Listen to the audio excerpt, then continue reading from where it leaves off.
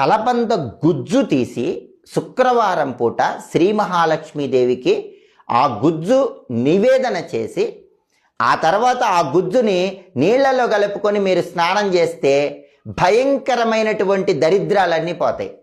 అష్టదరిద్రాలు పోయి అష్టైశ్వర్యాలు కలగాలంటే శుక్రవారం ఒక అద్భుతమైన పరిహారం పాటించాలి. అదే కలబంద గుజ్జు పరిహారం. అది కూడా ఎప్పుడు చేయాలి? శుక్రవారం సాయంకాలం ప్రదోష కాలంలో చేయాలి. ప్రదోష కాలం అంటే సూర్యాస్తమయానికి ముందు వచ్చేటటువంటి 24 నిమిషాల కాలాన్ని ప్రదోష కాలం అంటారు. ఆ ప్రదోష కాలంలో మీరేం చేయాలి? కలబంద గుజ్జు తీసుకోవాలి, లక్ష్మీదేవికి నైవేద్యం పెట్టాలి.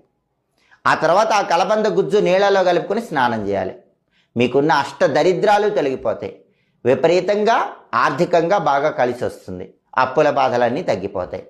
అలాగే మీ ఇంటికి ఉన్నటువంటి నరఘోష, నరపీడ, దృష్టిదోషం ఇవన్నీ